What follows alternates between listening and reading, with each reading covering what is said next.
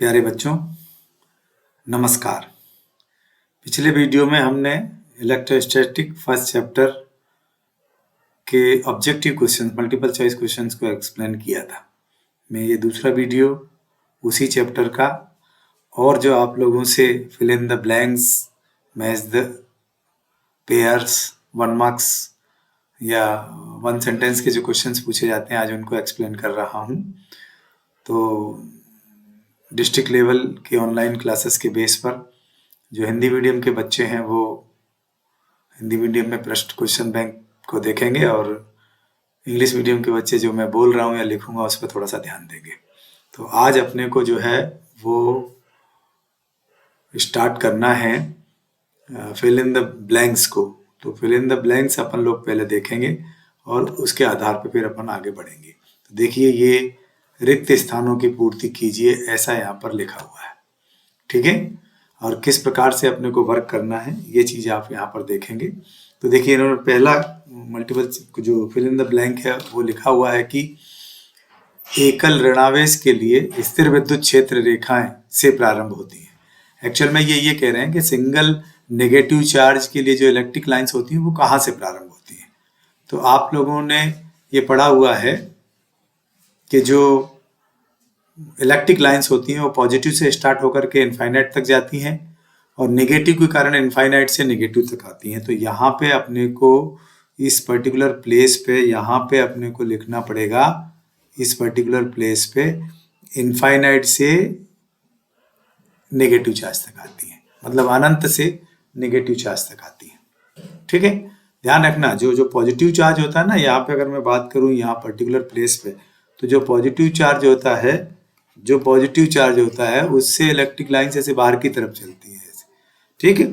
और जो negative charge होता है उस पे बाहर से इलेक्ट्रिक लाइंस जो है वो अंदर की ओर आती हैं। ये अपने को दिमाग में थोड़ा सा रखना पड़ेगा यहाँ पे, ठीक है। इस प्रकार से इसको मैं हटा देता हूँ। अगला है धातु का परावैद्युतांक होता है, मतलब डाइलेक्ट्रिक कांस्टेंट ऑफ मेटल पूछा जा रहा है। तो जो धातु का परावैद्युतांक होता है यहाँ पर भी आपका आंसर हो जाएगा इन।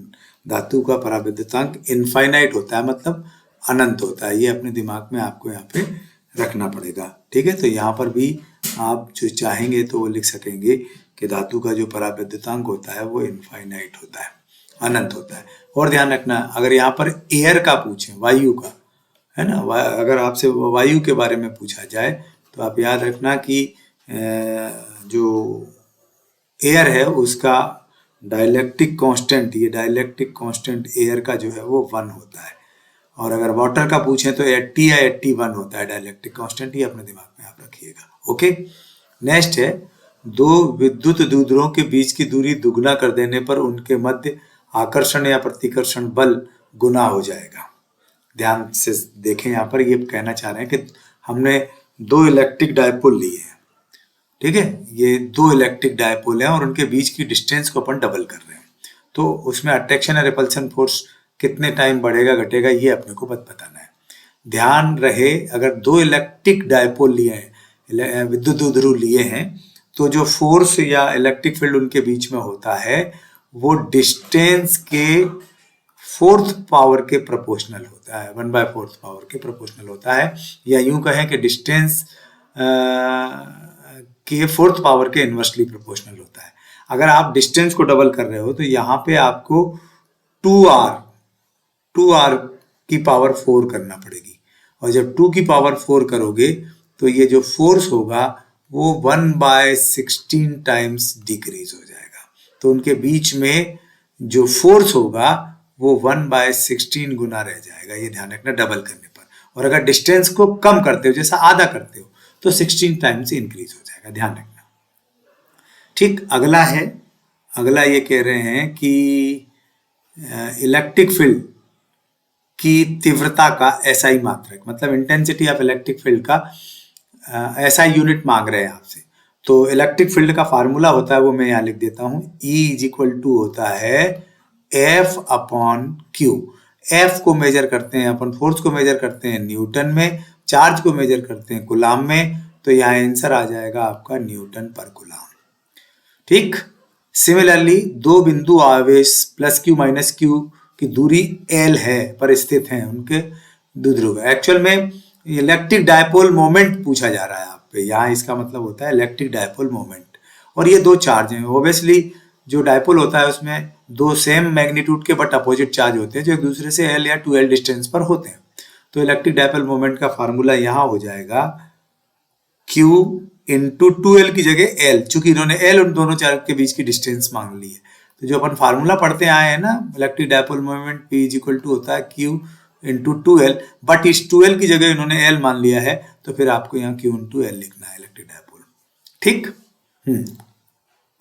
अगला क्वेश्चन आपसे कह रहे हैं ये, आवेशित खोखले गोले के डेट स्थित बिंदु पर विद्युत क्षेत्र शून्य होता है।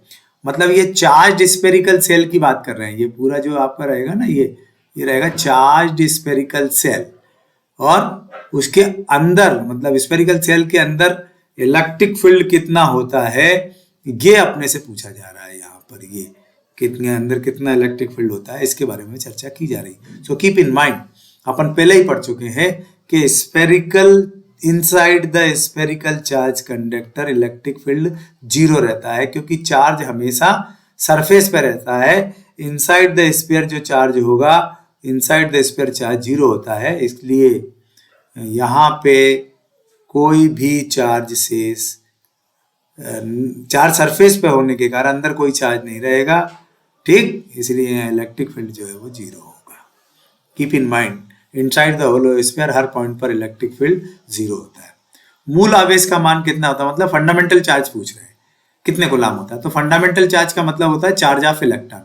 तो चार्ज ऑफ इलेक्ट्रॉन आप जानते हैं, चार्ज ऑफ इलेक्ट्रॉन होता है 1.6 into 10 to the power -19 coulomb. ये यहाँ पर आंसर हो जाएगा आपका कि फंडामेंटल चार्ज की वैल्यू जो है वो इतनी होती है आपकी। ठीक। अगला क्वेश्चन वो आपसे पूछ रहे हैं कि किसी विद्युत द्विध्रुव पर नेट चार्ज है, नेट टोटल चार्ज कितना होता है इलेक्ट्रिक डायपोल पर। तो भैया यहाँ तो आंसर हो जाएगा 0, क्योंकि इलेक्ट्रिक डायपोल मतलब विद्युत द्विध्रुव मतलब प्लस क्यू और माइनस क्यू चार्ज होता है। तो प्लस चार्ज और माइनस क्यू को जब जोड़ोगे आप तो मैग्नीट्यूड सेम होने के कारण वो 0 हो जाता है। ठीक। अगला कह रहे हैं किसी विलगित निकाय का आवेश सदैव रहता है। ये इनका मतलब है आइसोलेटेड सिस्टम का चार्ज हमेशा। तो आपको केवल यहाँ लिखना है कंजर्व रहता है, संरक्षित रहता है। क्या लिखोगे, संरक्षित रहता है। मैं इसको यहाँ लिख देता हूं कि कंजर्व रहता है। ओके। अगला क्वेश्चन है, एक समान विद्युत क्षेत्र में खींची गई क्षेत्र रेखाएं होती हैं। मतलब यूनिफॉर्म इलेक्ट्रिक फील्ड में जो इलेक्ट्रिक लाइंस होती हैं वो कैसी होती हैं, तो यहाँ आप लिख दोगे पैरेलल, मतलब समांतर होती हैं। ठीक है, यहाँ अपने को लिखना है कि वो एक दूसरे के पैरेलल मतलब समांतर होती है, एक दूसरे के पैरेलल होती है। ठीक, समांतर होती है। आवेश का विमीय सूत्र, तो आवेश का विमीय सूत्र आप इस फार्मूले से निकाल सकते हो, I is equal to Q by T. तो Q इज इक्वल टू हो जाएगा I इंटू टी। I मतलब करेंट, A T मतलब टाइम, तो AT हो जाएगा। आप चाहो तो ऐसा भी लिख सकते हो M0 L0 T और A की पावर 1। ठीक है, यहाँ पे आप जो है वो A की पावर ऐसा लिख सकते हैं, ये भी हो सकता है आपका। इस प्रकार से आपके मल्टीपल चॉइस क्वेश्चन में फिल इन द ब्लैंक्स बनेंगे। एक पदार्थ में इलेक्ट्रॉनों की कमी है, उसमें आवेश होगा। भैया हम पहले ही बता चुके हैं कि अगर किसी सब्सटेंस के ऊपर अगर इलेक्ट्रॉनों की कमी होगी तो वो पॉजिटिव चार्ज होगा। ठीक है, और अगर इलेक्ट्रॉन एक्सेस होंगे, अधिकता में होंगे, ज्यादा होंगे, तो वह नेगेटिव चार्ज होगा। ये ध्यान रखना अपना। ठीक, अब आप जोड़ियां बनाइए, मैच द कॉलम। ये खंड ए खंड बी है, आपको यहाँ दिमाग में रखना है। तो सबसे पहले मैच द कॉलम में आपसे क्या पूछा जा रहा है वो देख लीजिए आप। सबसे पूछे कूलॉम्स लॉ पूछ रहा है, तो कूलॉम्स लॉ देखो इसमें से ये रहा। ठीक है, ये वाला, ये पहला क्वेश्चन था आपका, तो ये हो जाएगा ए। कूलॉम होता है F = 1/4πε0 Q1 Q2/r², ये कूलॉम वाला। फिर दूसरा पूछ रहे हैं विद्युत क्षेत्र मतलब इलेक्ट्रिक फील्ड, तो इलेक्ट्रिक फील्ड का फार्मूला होता है F/Q, ये B हो जाएगा आपका। ठीक, तीसरा पूछ रहे हैं इलेक्ट्रिक डायपोल मोमेंट, तो Q इंटू 2L अभी मैंने बताया, Q इंटू 2L, तो ये इलेक्ट्रिक डायपोल मोमेंट हो जाएगा, दैट मीन्स ये C हो जाएगा आपका। Similarly electric flux according to Gauss theorem, किसी चार्ज सरफेस से निकलने वाला फ्लक्स उसमें प्रेजेंट टोटल चार्ज का 1/ε0 टाइम्स होता है, तो ये आपका D हो जाएगा। और अगला बचा है विद्युत क्षेत्र में ये द्विध्रुव आघूर्ण और इलेक्ट्रिक विद्युत क्षेत्र में द्विध्रुव पराघूर्ण, सही है, ठीक है, द्विध्रुव पराघूर्ण ये आपका E हो जाएगा। ये वाला क्वेश्चन आपका ये E हो जाएगा आपका, ये हिसाब से पेयर आपके बन जाएंगे, ठीक है। पहला कूलॉम्स लॉ है, दूसरा इलेक्ट्रिक फील्ड है, तीसरा इलेक्ट्रिक डायपोल मोमेंट है, तीसरा इलेक्ट्रिक फ्लक्स है, चौथा इलेक्ट्रिक फ्लक्स है, और पांचवा जो है वो इलेक्ट्रिक डायपोल मोमेंट टॉर्क पूछा जा रहा है यूनिफॉर्म इलेक्ट्रिक फील्ड में टॉर्क के ऊपर। कर सकते हैं आप, यहाँ पे देख लेना आप इस पर। अब ये 1 मार्क्स में आंसर देना है आपको, तो 1 मार्क्स में आंसर के लिए मैं सीधा सीधा बता दिया किस प्रकार के आवेश समूह के लिए विद्युत क्षेत्र एक समान रहता है। तो ये आपने गाउस का एप्लीकेशन पढ़ा हुआ है। गाउस के एप्लीकेशन में एक समान रूप से आवेशित समतल चादर, मतलब यूनिफॉर्मली चार्ज शीट के कारण जो इलेक्ट्रिक फील्ड होता है, उस इलेक्ट्रिक फील्ड का ये फार्मूला होता है आपका Q अपॉन ε0 A या सिग्मा अपॉन ε0, मीडियम है तो K होता है। चूंकि ये डिस्टेंस पर डिपेंड नहीं करता, इसलिए उसका अपन मान के चलते हैं कि जो इलेक्ट्रिक फील्ड होता है वो यूनिफॉर्म होता है, ठीक। दूसरा क्वेश्चन आपका है किस प्रकार के आवेश समूह के विद्युत क्षेत्र दूरी के व्युत्क्रमानुपाती होता है। व्युत्क्रमानुपाती से मतलब यहाँ पर है इनवर्सली प्रोपोर्शनल से। तो आप लोगों ने यहाँ पर भी गाउस का एक एप्लीकेशन पढ़ा है कि जो इलेक्ट्रिक फील्ड होता है यूनिफॉर्मली चार्ज कंडक्टर के कारण वो होता है लैम्डा अपॉन 2πε0r, यानी इलेक्ट्रिक फील्ड डिस्टेंस के इनवर्सली प्रोपोर्शनल है। तो यूनिफॉर्मली चार्ज कंडक्टर, या ऐसा कह सकते हो एक समान रूप से आवेशित चालक के कारण जो इलेक्ट्रिक फील्ड होता है डिस्टेंस के इनवर्सली प्रोपोर्शनल होता है, ठीक। तीसरा, किस प्रकार के आवेश समूह के लिए विद्युत क्षेत्र दूरी के वर्ग के व्युत्क्रमानुपाती होता है।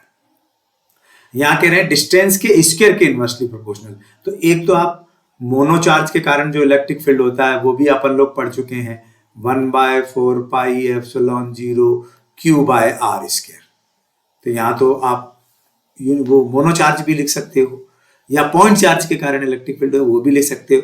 और एक चीज और कह सकते हो, यूनिफॉर्मली चार्ज होलो स्फीयर के कारण आउटसाइड द स्फीयर जो फील्ड होता है वो भी डिस्टेंस के स्क्वायर के इनवर्सली प्रोपोर्शनल होता है। या सरफेस पर अगर इलेक्ट्रिक फील्ड होता है तो वो भी डिस्टेंस यानी उसकी रेडियस के स्क्वायर के इनवर्सली प्रोपोर्शनल होता है, ध्यान रखना इस बात को।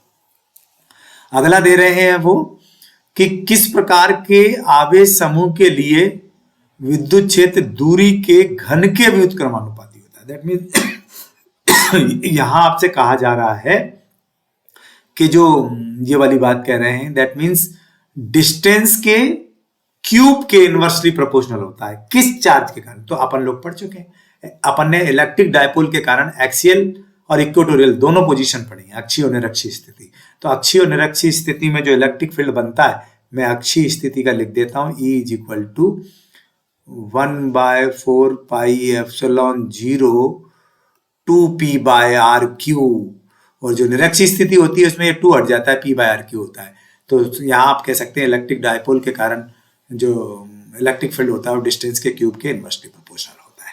ओके, नेक्स्ट अगला कह रहे हैं वो कांच की छड़ को रेशम से रगड़ने पर उस पर +3.2 × 10⁻⁻16 कूलॉम आवेश उत्पन्न होता है। रेशम पर उत्पन्न आवेश की गणना कीजिए। समथिंग कुछ इस प्रकार से कहा जा रहा है, कितना होगा। That's a very easy. जब एक ऑब्जेक्ट को दूसरे ऑब्जेक्ट के ऊपर रगड़ा जाता है, रब किया जाता है, तो एक ऑब्जेक्ट से जितना चार्ज दूसरे ऑब्जेक्ट पे जाता है, इलेक्ट्रॉन जाते हैं, मतलब नेगेटिव चार्ज दूसरे ऑब्जेक्ट पे जितना पहुंचता है पहले वाले ऑब्जेक्ट पे, उतना ही पॉजिटिव चार्ज क्रिएट हो जाता है। यहाँ law of conservation of charge भी फॉलो होता है। तो एक पर प्लस आवेश है तो दूसरे पर इलेक्ट्रॉन, रेशम के कपड़े पर इलेक्ट्रॉन पहुंचेंगे तो ऑब्वियसली उस पर इतना ही चार्ज उत्पन्न होगा जो ये चार्ज है उतना ही चार्ज उत्पन्न होगा, बट रेशम के कपड़े पे अपोजिट नेचर का चार्ज होगा। अगर यहाँ पर प्लस चार्ज है तो यहाँ पर फिर जो है वो नेगेटिव चार्ज होगा। सो कीप इन माइंड, जब एक ऑब्जेक्ट को दूसरे ऑब्जेक्ट के ऊपर रगड़ा जाता है तो एक ऑब्जेक्ट से इलेक्ट्रॉन जाते हैं, दूसरे पर इलेक्ट्रॉन पहुंचते हैं। जहां से इलेक्ट्रॉन जाते हैं वहां इलेक्ट्रॉनों की कमी के कारण प्लस चार्ज क्रिएट हो जाता है, और जिस पर इलेक्ट्रॉन पहुंचते हैं वहां इलेक्ट्रॉनों की अधिकता के कारण जो है वो नेगेटिव चार्ज क्रिएट हो जाता है। तो जितना यहाँ पर पॉजिटिव चार्ज आया है कांच की छड़ पे, रेशम के कपड़े पे, उतना ही नेगेटिव चार्ज आएगा। ओके, अगला है निश्चित दूरी पर दो आवेशित कणों के बीच विद्युत बल F है। ऑब्वियसली दो चार्ज पार्टिकल हैं, उनके बीच फोर्स जो है F न्यूटन है। यदि कणों के बीच की दूरी आधी कर दी जाए, मतलब दोनों पार्टिकल के बीच की डिस्टेंस को आधा कर दिया जाए, तो उनके बीच विद्युत बल कितना होगा। दैट मीन्स उनके बीच में इलेक्ट्रिक फोर्स पूछा है कितना होगा। दैट्स अ वेरी इजी, आपको केवल यहाँ कुछ नहीं करना, आपको कूलाम का नियम लगाना है। कूलाम का नियम अपन ने फोर्स पढ़ा है ना। कूलाम का नियम के according 1/4πε0 Q1 Q2 bye are square. ये किसी और की बात नहीं कर रहे, केवल डिस्टेंस की बात कर रहे हैं। तो डिस्टेंस को आधा कर दोगे, दैट मीन्स r/2 का स्क्वायर, r/2 का स्क्वायर। तो जब r/2 का स्क्वायर करोगे तो ये r²/4 हो जाएगा, 4 ऊपर चला जाएगा, अर्थात 4f हो जाएगा। दैट मीन्स उनके बीच जो फोर्स है वो 4 गुना बढ़ जाएगा। तो यहाँ आंसर आ जाएगा 4f। ध्यान रखना, डिस्टेंस को कम करने पे फोर्स इंक्रीज होगा और डिस्टेंस को बढ़ाने पर फोर्स डिक्रीज होगा, जो कि इसके पहले अपन ने किया था। ठीक, अगला क्वेश्चन है एक इलेक्ट्रॉन और एक प्रोटॉन, ये यहां पर दिया हुआ है। एक इलेक्ट्रॉन और एक प्रोटॉन के बीच लगने वाला स्थिर विद्युत मतलब इलेक्ट्रिक फोर्स और गुरुत्वाकर्षण बल में कौन बल प्रबल होता है। भैया ध्यान रखना, इलेक्ट्रॉन प्रोटॉन के बीच में इलेक्ट्रिक फोर्स ज्यादा प्रबल होता है ग्रेविटेशनल फोर्स के कंपेयर में। तो यहाँ तो सिंपली आंसर आपका हो जाएगा इलेक्ट्रिक फोर्स। ठीक, और अगर कहा जाए तो लगभग इलेक्ट्रॉन प्रोटॉन के बीच में जो इलेक्ट्रिक फोर्स काम करता है वो ग्रेविटेशनल फोर्स से 10⁻36 टाइम्स ग्रेटर होता है। सिमिलरली सॉरी इलेक्ट्रॉन प्रोटॉन का है तो 10⁻39 टाइम्स ग्रेटर होता है। प्रोटॉन के बीच में जो इलेक्ट्रिक फील्ड काम करता, फोर्स काम करता है, वो आपका 10⁻36 टाइम जो है वो ग्रेटर होता है। और अगर जरूरत पड़े तो और याद रखना, जो इलेक्ट्रॉन के बीच में जो फोर्स काम करता है वो 10⁻42 या 43 टाइम्स ग्रेटर होता है। ध्यान रखना, ये है इलेक्ट्रॉन प्रोटॉन के बीच में मैग्नीट्यूड, ऑर्डर ऑफ मैग्नीट्यूड। ये प्रोटॉन के बीच में और ये इलेक्ट्रॉन के बीच में। वैसे अगर आप फिगर याद रख सको तो मैं फिगर भी बता सकता हूं। यहाँ आएगा 2.27 इंटू 10⁻39 टाइम्स, यहाँ पे आएगा 1.24 इंटू 10⁻36 टाइम्स, यहाँ पर आएगा 4.17 इंटू 10⁻42 टाइम्स। इतना ग्रेटर होता है। तो आप याद रखना, ग्रेविटेशनल फोर्स के कंपेयर में इलेक्ट्रिक फोर्स ज्यादा स्ट्रांग होता है। और वैसे भी नेचर का सबसे कमजोर फोर्स है वो ग्रेविटेशनल फोर्स है, और ये जो इलेक्ट्रिक फोर्स है ये नेचर का सेकंड सबसे स्ट्रांग फोर्स है। ठीक, अगला 8वां क्या कह रहा है, एक विद्युत द्विध्रुव में कुल कितना आवेश होता है। इलेक्ट्रिक डायपोल में कुल कितना। तो सबसे पहले बता दो कि इलेक्ट्रिक डायपोल जो होता है उसमें एक प्लस चार्ज और एक माइनस चार्ज होता है, दोनों को सम कर देंगे तो टोटल चार्ज जो है वो 0 हो जाएगा। तो यहाँ पे आंसर 0 आएगा। ठीक, अगला इलेक्ट्रिक डायपोल मोमेंट विद्युत द्विध्रुव आघूर्ण की दिशा क्या होती है। तो यहाँ ध्यान रखना, नेगेटिव चार्ज से पॉजिटिव चार्ज की ओर होती है। ठीक, अगला एक बंद पृष्ठ के अंदर विद्युत द्विध्रुव स्थित है। ये यहां पर बंद पृष्ठ के अंदर इलेक्ट्रिक डायपोल की बात कर रहे हैं, उससे गुजरने वाला संपूर्ण विद्युत फ्लक्स का मान कितना हो, मतलब इलेक्ट्रिक फ्लक्स पूछ रहे हैं। तो मैं यहाँ पे एक्सप्लेन करना चाहूंगा। आपने गाउस थ्योरम पढ़ी है, फाई इज इक्वल टू होता है Q/ε0। अब इलेक्ट्रिक डायपोल मतलब प्लस क्यू और माइनस क्यू चार्ज से मिलकर बना हुआ चार्ज है ये, तो नेट चार्ज क्या हो गया वहां पे 0, तो फ्लक्स कितना हो जाएगा 0, तो आंसर हो जाएगा 0। टोटल चार्ज चूंकि पॉजिटिव नेगेटिव 0 हो जाता है, इसलिए फ्लक्स निकलने वाला वहां से 0 हो जाएगा। ठीक, विद्युत आवेश के 2 गुण लिखिए भैया। कोई दो प्रॉपर्टी की बात कर रहा है तो बहुत सारी है, आप तो लिख दो सेम चार्ज एक दूसरे को रिपल करते हैं, अपोजिट चार्ज एक दूसरे को अट्रैक्ट करते हैं, चार्ज एडिटिव प्रॉपर्टी को फॉलो करता है, अगला कह सकते हैं चार्ज कंजर्वेटिव लॉ को फॉलो करता है, अगला कह सकते हैं क्वांटीकरण सिद्धांत का पालन करता है, क्वांटाइजेशन प्रिंसिपल को फॉलो करता है, कोई सा भी दो चार्ज लिख सकते हैं आप। विद्युत द्विध्रुव से आप क्या समझते हैं, एक उदाहरण देकर के समझाइए। भाई इलेक्ट्रिक डायपोल क्या होता है, दो सेम मैग्नीट्यूड के बट अपोजिट चार्ज एक दूसरे से स्मॉल डिस्टेंस पर रखे हो तो इस प्रकार का जो चार्ज होता है वो इलेक्ट्रिक डायपोल कहलाता है ना। अपन सिंपली अगर बात करना चाहें तो सबसे अच्छा एग्जांपल एटम है। एटम को अगर इलेक्ट्रिक फील्ड में रख दें तो जितना चार्ज प्रोटॉनों पे होता है उतना ही चार्ज इलेक्ट्रॉनों के ऊपर होता है, और एटम के अंदर प्रोटॉन और इलेक्ट्रॉनों की संख्या सेम रहती है, दोनों का चार्ज जो है वो सेम रहता है। तो एक पे पॉजिटिव, न्यूक्लियस पे पॉजिटिव चार्ज, इलेक्ट्रॉनों के कारण जो सेंटर बनेगा उस पर नेगेटिव चार्ज रहेगा, तो वो इलेक्ट्रिक डायपोल की तरह भी हेल्प करेगा। ठीक है, तो इस प्रकार से ये आपके पहले चैप्टर के ऑब्जेक्टिव जो है वो खत्म होते हैं। हाँ, अब आप 2 अंक के क्वेश्चन के लिए इन क्वेश्चंस को पढ़ेंगे और इनमें से फिर अगर आपको कोई ऐसा लगता है कि सर इस क्वेश्चन को एक्सप्लेन करने की आवश्यकता है तो फिर आप जो है मुझसे संपर्क करें या मुझे मोबाइल करें या कमेंट बॉक्स में लिखें कि सर हमको इस क्वेश्चन को समझने की आवश्यकता है, हमें आवश्यकता सर इस क्वेश्चन की है, तो वो सारी चीज़ें मैं आपको एक्सप्लेन कर दूंगा। क्योंकि मैं इन सब चीज़ों पे ज़्यादा भी आप लोगों को ओरिएंटेड नहीं रखना चाहता कि क्वांटीकरण प्रिंसिपल आपका पढ़ा हुआ है, ठीक है, एडिटिव प्रॉपर्टी, चार्ज की एडिटिव प्रॉपर्टी आपकी पढ़ी हुई है, कंजर्वेटिव लॉ आपका पढ़ा हुआ है, कूलॉम्स लॉ आपका पढ़ा हुआ है, प्रिंसिपल ऑफ सब आपका पढ़ा हुआ है ना। 2 इलेक्ट्रिक लाइन्स एक दूसरे को इंटरसेक्ट नहीं करती, सब आपका पढ़ा हुआ है। फिर भी किसी क्वेश्चन में आपको दिक्कत आती है तो आप हमें कमेंट्स बॉक्स में लिखें, मेरे पर्सनल व्हाट्सएप पर मैसेज करें, तो आपको उस पर्टिकुलर क्वेश्चन को एक्सप्लेन कर दिया जाएगा। ठीक है, शीघ्र ही हम और सब्जेक्ट के वीडियोस भी आप लोगों को लॉन्च करने वाले हैं, वो भी आप लोग देख लीजिएगा। तब तक के लिए आप सभी लोगों को नमस्कार।